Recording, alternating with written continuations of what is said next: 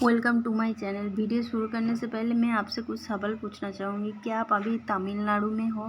आप कम पैसे में कहीं पे घूमने के बारे में सोच रहे हो? तो ये वीडियो सिर्फ आपके लिए। मैं मेरी कन्याकुमारी टूर की एक्सपीरियंस आपके साथ शेयर करना चाहूँगी। इस वीडियो में मैं जो पॉइंट के बारे में बात करूँगी उसको पहले बोल लेते हैं कि पहला पॉइंट मेरा होगा ट्रेन,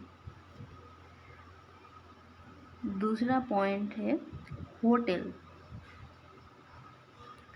तीसरा पॉइंट है रेस्टोरेंट और चौथा पॉइंट है फैसिलिटी। मुझे मेरे होटल से क्या क्या फैसिलिटी मिली थी, ठीक है। फिर उसके बाद आते पहला वाला पॉइंट ट्रेन में। तो ट्रेन में आपको ऐसे तो मैं ताम्बरम से मेरी बोटिंग स्टेशन था, तो मैंने वहाँ से मेरी यात्रा शुरू की थी। तो हम लोग शाम को 5 बजे ट्रेन पकड़े थे। तो ये करीबन 12 घंटा का ट्रेन था। तो हम सुबह 5:30 बजे कन्याकुमारी केप स्टेशन पे पहुँच गए थे। पहुँचने के बाद तो आपको टिकट ऐसे लेना होगा कि आपको सनराइज़ देखने को मिले और आप सोच रहे हो कि आपको सनसेट देखना है, तो आप उस हिसाब से टिकट काट लीजिएगा। तो इन सारी चीज़ों का आपको टिकट काटते वक्त ध्यान रखना होगा। फिर मैं दूसरे पॉइंट पे आती हूँ, होटल। होटल में ऐसे तो हम होटल गूगल रिव्यू से देख के चूज़ करके रखे थे, लेकिन जब हम कन्याकुमारी स्टेशन पे पहुँचे तो उस टाइम पे हमें ऑटो वाला मिला। तो उन्होंने बोला कि आपको 600 रुपये में किराया का एक होटल मिल जाएगा। तो हम दोनों थे, तो सोचा कि हाँ ये कम है तो जाके देख लेते हैं। तो जाके देखा तो अच्छा था। और जो ऑटो वाला था उनको किराए के लिए 20 रुपये देना पड़ा था। तो और बाकी का जो कमीशन वगैरह वो होटल वालों से मिल जाता है। तो जाके देखा तो होटल अच्छा था, तो इसलिए हम होटल ले लिया। तो ये होटल का नाम था बालाजी होटल और बहुत ही साफ़ सुथरी थी, अच्छी थी ये वाला होटल। फिर आपको होटल लेते वक्त एक चीज़ का ध्यान रखना होगा कि आपके होटल हमेशा बीच के आसपास होना चाहिए, क्योंकि आपको बार बार बीच में से आपको होटल में आना जाना पड़ेगा, तो आप ज़्यादा थकोगे नहीं। तो आप अच्छे से मतलब और आपका खर्चा भी कम होगा। तो इस हिसाब से आपका बीच के आसपास होटल लेना चाहिए। कहीं कहीं करता है कि स्टेशन के आसपास होटल ले लेता है। तो अगर आपको स्टेशन तो एक ही बार जाना है, तो आप जब लौटोगे उसी टाइम पे आना है। तो लेकिन बीच में से बार बार स्टेशन की तरफ होटल होगा तो आना पड़ेगा, जाना पड़ेगा, तो इसमें किराया ज़्यादा लग जाएगी और आपको थकावट भी ज़्यादा हो जाएगा। तो इसलिए होटल चूज़ करते वक्त इन सारी चीज़ों का आपको ध्यान रखना होगा। फिर आते हैं तीसरा पॉइंट है आपको खाना कहाँ पे खाना चाहिए। तो आप नॉर्थ इंडियन वाले हो तो जो पंजाबी ढाबा करके जो भी होटल वगैरह है, तो आप वहाँ से खाना खा सकते हो। वहाँ पे बहुत ही बढ़िया कम सस्ते में खाना मिलता है। 100 रुपये आपको 3-4 सब्जी दे देगा, दही देगा, फिर रोटी चावल ये सब कुछ मिल जाता है। तो मतलब बहुत ही सफिशिएंट रहता है। तो बहुत ही बढ़िया है ये hotel, Punjabi hotel north Indian वालों के लिए। लेकिन जो साउथ इंडियन वाले हैं तो उनके लिए मानी मेस करके एक है।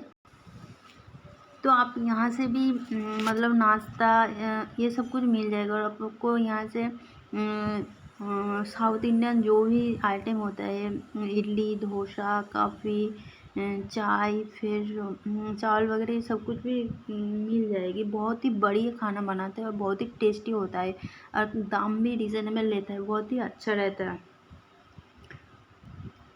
फिर उसके बाद आते हैं चौथा पॉइंट है मुझे मेरे होटल से क्या क्या फैसिलिटी मिली थी। तो मेरा जो होटल था तो हम ऐसे आप चेक इन चेकआउट मतलब 24 आवर्स के लिए होता है। तो आपके इसके लिए एग्जैक्ट कोई टाइम नहीं था। तो आप 6 बजे चेक इन किया तो दूसरे दिन 6 बजे चेकआउट कर लीजिएगा, तो अच्छा रहेगा। तो इसमें आपको कोई दिक्कत नहीं होती है। तो ये फैसिलिटी मिली थी। फिर दूसरा पॉइंट है पास में नथु ट्रैवल एजेंसी करके एक एजेंसी था। तो जिन लोगों का ऐसा था कि उन्होंने कोई एक पैकेज बनाया था। तो जिस 200-250 रुपये में आपको 10 से 12 टेम्पल घुमा के दिखाएंगे। तो आप यहाँ से भी मतलब वो पैक ले सकते हो, तो दोनों के लिए 500 रुपये में आप मतलब बहुत बढ़िया बढ़िया जगह आपको घुमा के दिखाएगा। तो आप चाहो तो ये पैक ले सकते हो। फिर तीसरा जो मुझे एक्स्ट्रा फैसिलिटी मिली थी, तो मेरा जो होटल था तो वहाँ पे मैंने तो 6 बजे चेक इन चेकआउट कर लिया था। तो फिर उसके बाद मेरा जो लागेज था, तो मैं कन्याकुमारी में 2 दिन के लिए रुकी थी। तो दूसरे दिन हम जब ये जो उनका पैकेज था 10 टेम्पल घुमाने का, तो ये सुबह की टाइम का 9 से 12 बजे तक था, और आफ्टरनून टाइम पे आपका 4 से 7 बजे तक था। तो हम लोग सुबह का पैक लिया था। तो बैग वगैरह कहाँ पे रखेंगे, चेकआउट तो ऑलरेडी कर लिया, लेकिन ये होटल वालों ने तो ये अपना लागेज रखने के लिए भी जगह दिया था। तो वो भी बहुत ही अच्छा था। वो जो रूम था ना, वो भी कैमरा लगा हुआ था। सामान का तो कुछ इधर उधर नहीं हुआ है, बहुत ही बढ़िया था। ये होटल भी बहुत अच्छा था, और उनका स्टाफ भी बहुत अच्छा था। और आप कन्याकुमारी टूर के बारे में सोच रहे हो तो आप ये होटल पे भी जा सकते हो, बहुत ही अच्छा रहता है। हम दोनों कन्याकुमारी टूर पे 2 लोग गए थे, तो दोनों लोगों का 2 दिन वहाँ पे रुके थे, और 1 दिन के लिए होटल लिया था। होटल का जो किराया था वो 600 रुपया था, और पूरा दिन खाना वाना खाया, घूमा फिरा, ये सब कुछ मिला के हम दोनों का।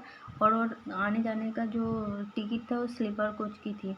और तो ये सब कुछ मिला के 5,000 में हो गया था। 2 दिन का टूर बहुत ही अच्छा था।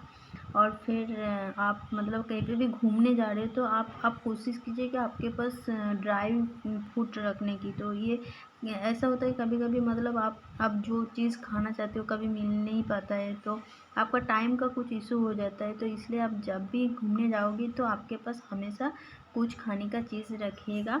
शुक्रिया। वीडियो इन्फॉर्मेटिव लगेगा तो आप लाइक शेयर एंड सब्सक्राइब करना मत भूलिएगा। और आखिर में हम कुछ पिक्चर देख लेते हैं। तो ये जो पैकेज था, तो वहाँ पे ये जगह का नाम तो मुझे याद नहीं है।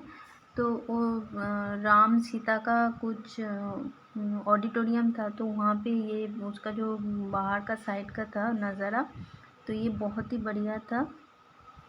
ये भी वहाँ की है। ये तो यहाँ पे एक शिव जी का स्टैचू भी बना हुआ है। फिर हनुमान जी बाहर गार्ड देते हुए दिखाई देगा। ये बहुत ही जगह बहुत ही सुंदर है। आप जाके घूम के आइए, बहुत ही अच्छा लगेगा। ये सुचिंद्रम टेम्पल, ये यहाँ पे भी लेके गया था। वो बस में बहुत ही बढ़िया फैसिलिटी रहता है।